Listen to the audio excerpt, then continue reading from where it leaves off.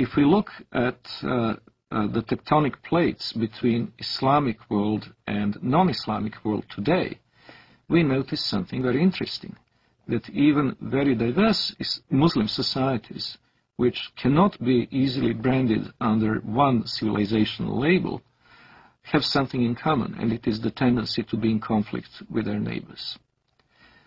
If we look at the extreme southeastern outreach of Islam, we see East Timor, where Indonesian Muslims slaughtered a third of the population of this former Portuguese colony, who are, by the way, Roman Catholics.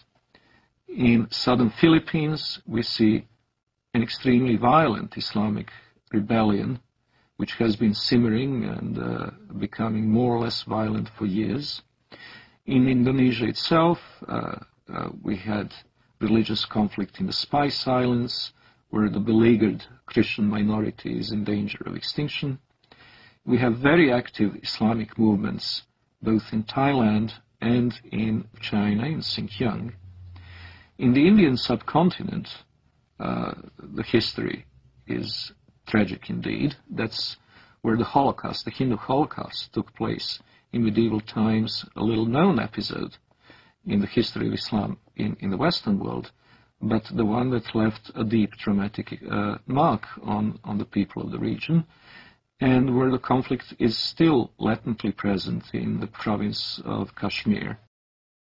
In Africa, there is the constant war in Sudan, which finally has gained some prominence in the Western decision-making circles, but which has been going on for 20 years. And it's impossible to estimate the number of lives it has claimed, but it certainly goes into many hundreds of thousands. There is the constant instability in Nigeria between the resurgent central and northern states, which are increasingly pressurizing the government in Lagos into accepting Sharia law as the law of the land in those provinces. And of course there is Mauritania, where Muslims constantly battle non-Muslim southerners. Then there is of course the Caucasus, Chechnya. And in Europe itself we have the conflict in the former Yugoslavia between the Bosnian Muslims and Serbs and Croats respectively, and the conflict between the Albanians and the Serbs, Albanians and Macedonians, and quite possibly before too long, Albanians and Greeks.